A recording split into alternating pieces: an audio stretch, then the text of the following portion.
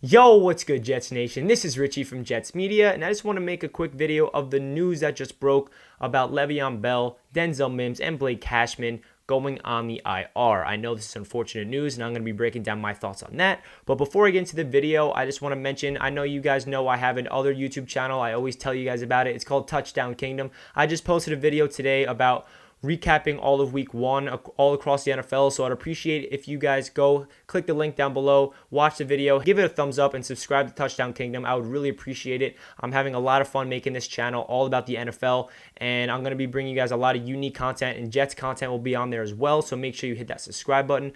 With that being said, let's jump right into the news about who went on the IR. These three players will not be eligible to return to the Jets until week 5 against the Arizona Cardinals.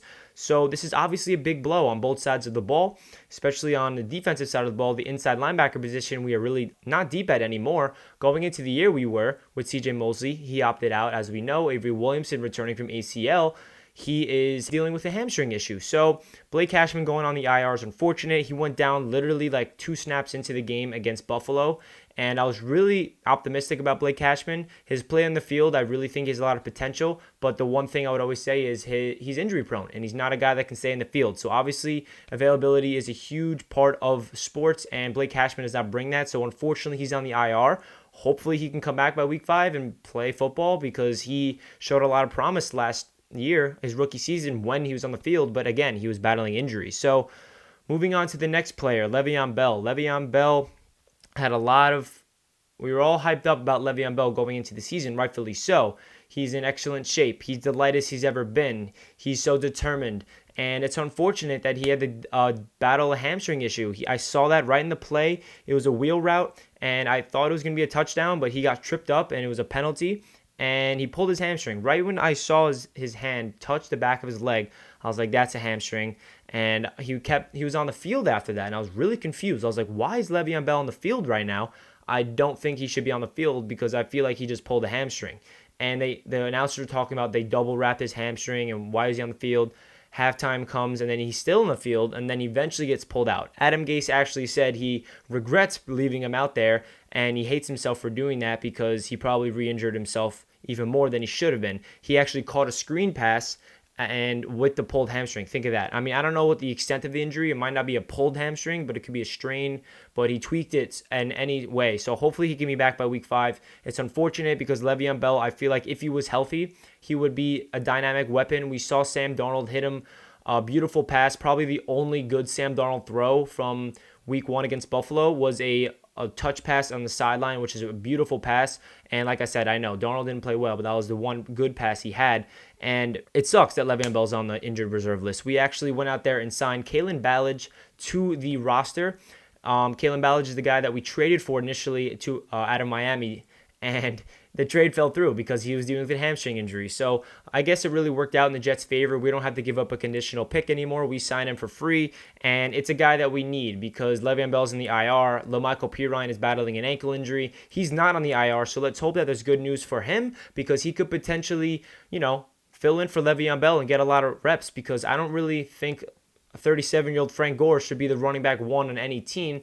I think he's in excellent shape, and I'm really happy Frank Gore's a Jet, but he's not a running back 1. He's a guy that should be backing somebody up and taking, splitting reps or getting 40% of the reps. He's not a guy that can take anything more than 50% of the reps.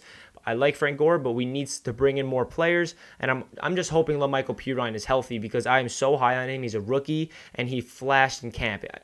There were some reports saying LaMichael Pirine looked the best in camp, because he was breaking out for 80-yard rushes against the first team defense, and he looked really great. But unfortunately, he went down with a sprained ankle. But let's hope that he's back at least by week 3. He might not be back week 2, but I really am optimistic about him coming back week 3. So we will see about his situation. Moving on to the next player who is on IR is wide receiver Denzel Mims. Obviously, this is extremely disappointing, because I was so high on him his rookie season, and we understood he was battling a hamstring all throughout training camp, so he didn't get to practice, and we're all hyped up, and then all of a sudden he's practicing fully, and we're all excited. Wow, he said himself he's going to be ready week 1, and then he goes out there and he tweaks his other good hamstring, and that puts him on the IR, so he will be out until week 5.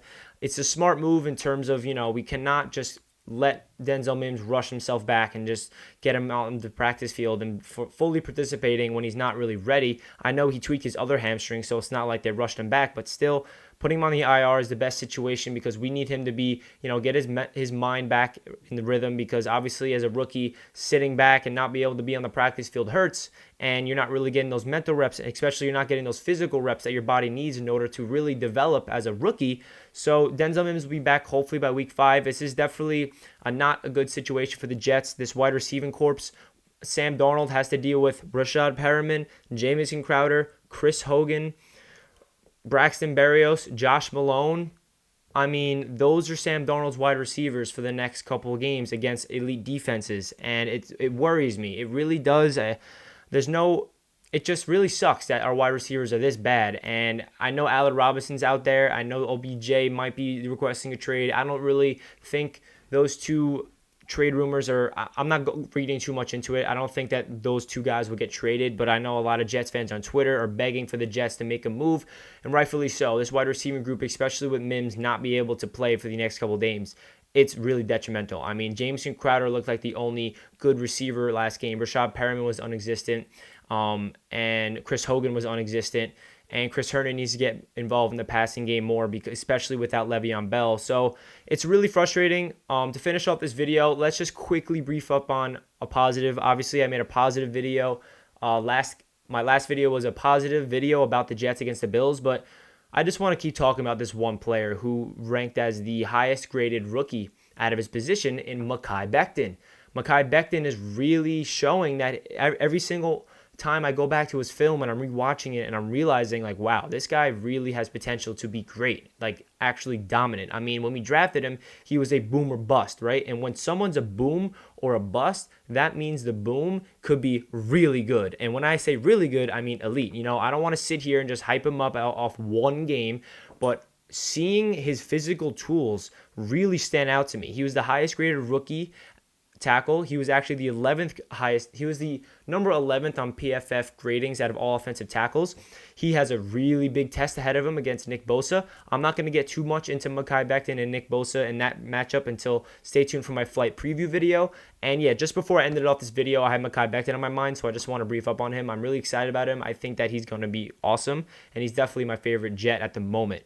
The new Jets. So with that being said, that really does it for this video. Obviously, this wasn't really that much of a positive video due to the news that Le'Veon Bell, Blake Cashman, and Denzel Mims will be on the IR. Leave a comment down below what you guys thought of this news. How should the Jets do this? I know this is a negative time for the Jets.